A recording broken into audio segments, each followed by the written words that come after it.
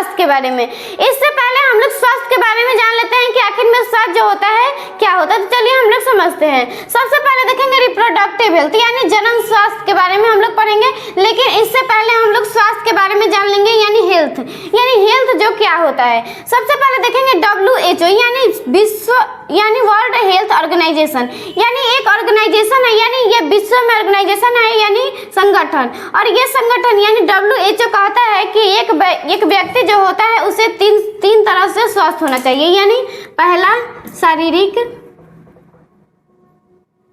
दूसरा मानसिक और तीसरा सामाजिक।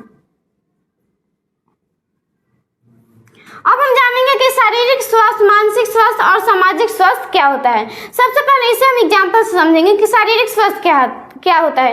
यानी एक व्यक्ति है और वो मोटा ताजा है, यानी वह शारीरिक यानी ये फिजिकली फिट है, यानी ये फिजिकली फिट है। और ये शारीरिक स्वास्थ्य में जो होता है ये फिजिकली फिट होना चाहिए, यानी बाहरी से ये फिट होना चाहिए और इसमें रोग मुक्त होना चाहिए। यानी इसमें जो होता है शारीरिक स्वास्थ्य में जो होता है इसमें जो होता है रोग मुक्त, यानी कोई भी प्रकार का बीमारी नहीं होना चाहिए। उसके बाद मानसिक, यानी मानसिक जो होता है अर्थात पागल, यानी पागल अर्थात मान लेते हैं कि एक व्यक्ति है जो ये फिजिकली फिट है लेकिन वह पागल है, यानी ये पागल है तो ये हमारा मानसिक यानी ये जो होगा स्वस्थ व्यक्ति हमें नहीं कहलाएगा। मान लेते हैं कि ये पागल है। और ये सामाजिक, यानी ये समाज में भी ये बहुत कुरीति है, यानी बहुत गलत व्यवहार करता है, यानी किसी भी व्यक्ति से ये गलत व्यवहार करता है। तो ये हमारा हो गया, ये व्यक्ति जो हुआ ये शारीरिक फिजिकली फिट है लेकिन ये पागल है, यानी मानसिक से भी ये पागल है, यानी मानसिक स्वास्थ्य भी इसका ठीक नहीं है और ये समाज में भी जो होता है ये व्यवहार ठीक से नहीं करता है। तो ये हमारा हो गया सामाजिक व्यवहार, यानी सामाजिक स्वास्थ्य भी इसका ठीक नहीं है। तो हम देखेंगे रिप्रोडक्टिव हेल्थ, यानी रिप्रोडक्टिव हेल्थ जो होता है जनन स्वास्थ्य का शाब्दिक अर्थ, यानी रिप्रोडक्टिव हेल्थ का शाब्दिक अर्थ जो होता है कार्य करने वाले जननांग, यानी जनन अंगों का स्वस्थ होना, ये हमारा रिप्रोडक्टिव हेल्थ कहलाता है। और सबसे पहले देखेंगे इसे व्यापक रूप से देखा जाए तो इसके अनेक पहलू हैं, अर्थात रिप्रोडक्टिव हेल्थ जो होता है इसके अनेक पहलू हैं। सबसे पहले शारीरिक, भावनात्मक, व्यवहारात्मक और सामाजिक, यानी इसे हम शारीरिक से कैसे व्यवहार करते हैं, भावनात्मक से हम कैसे व्यवहार करते हैं और व्यवहारात्मक यानी हम जनन को लेकर हम कैसे व्यवहार करते हैं, और सामाजिक यानी जनन को लेकर समाज में क्या कुरीतियां हैं। तो सबसे पहले हम शारीरिक समझेंगे, यानी शारीरिक से हो गया जनन अंग का स्वस्थ होना, यानी जननांग का स्वस्थ होना है। तो हम ये जनन अंग स्वस्थ होगा तो ये रिप्रोडक्टिव हेल्थ सही होगा।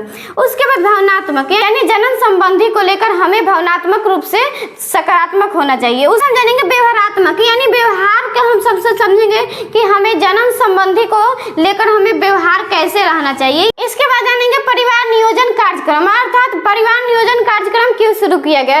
भारत में बढ़ती जनसंख्या और जनन स्वास्थ्य के प्रति पहलुओं को यानी ध्यान में रखते हुए भारत सरकार ने परिवार नियोजन कार्यक्रम शुरू किया। ये एक परिवार नियोजन कार्यक्रम 1951 में शुरू किया गया और ये सबसे पहले भारत में शुरू किया गया, यानी परिवार नियोजन कार्यक्रम जो होता है ये विश्व में सबसे पहले भारत में शुरू किया गया। और बाद में इस कार्यक्रम को 1997 में जन्म एवं शिशु स्वास्थ्य सेवा कार्यक्रम यानी reproductive child health care program से जाने जाने लगा, यानी reproductive child health care program के नाम से जाने जाने लगा। अर्थात परिवार नियोजन कार्यक्रम को बंद कर दिया गया और इसी को बदलकर 1997 में reproductive child health care program रख दिया गया।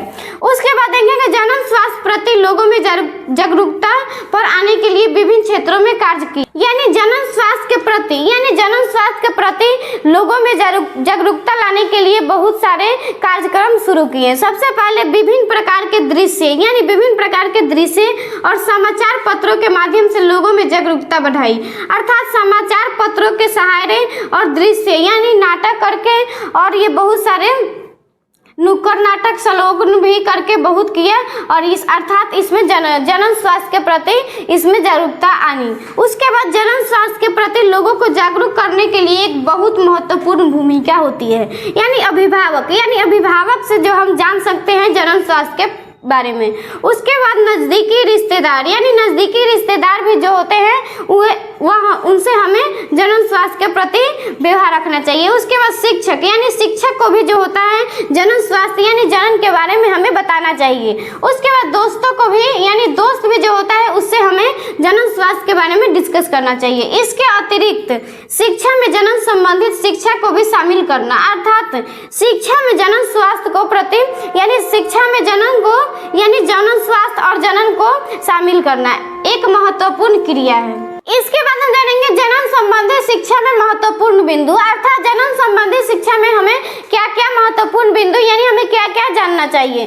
सबसे पहले जनन अंगों से संबंधित शिक्षा, यानी जनन अंग के बारे में हमें अच्छी तरह से ज्ञान होना चाहिए। उसके बाद किशोरावस्था और किशोरावस्था में आने वाले परिवर्तन के बारे में शिक्षा, यानी किशोरावस्था में जो परिवर्तन आते हैं उनके बारे में हमें शिक्षा होनी चाहिए। उसके बाद गर्भावस्था तथा स्तनपान के प्रति शिक्षा है, यानी गर्भावस्था और स्तनपान के प्रति शिक्षा होनी चाहिए। उसके बाद गर्भवती स्त्री की देखभाल के प्रति शिक्षा तथा मासिक चक्र के बारे में शिक्षा, यानी गर्भवती स्त्री की देखभाल तथा मासिक चक्र के बारे में हमें शिक्षा जाननी चाहिए। उसके बाद यौन संचारित रोग, यानी यौन संचारित रोग क्या क्या होता है और कौन कौन से होते हैं और उससे क्या क्या होता है, तथा गर्भ निरोधक के बारे में जानना चाहिए, यानी गर्भ निरोधक के बारे में जानना चाहिए। प्लीज वीडियो को लाइक करें और ऐसे ही वीडियो के लिए चैनल को सब्सक्राइब करें। Thank you.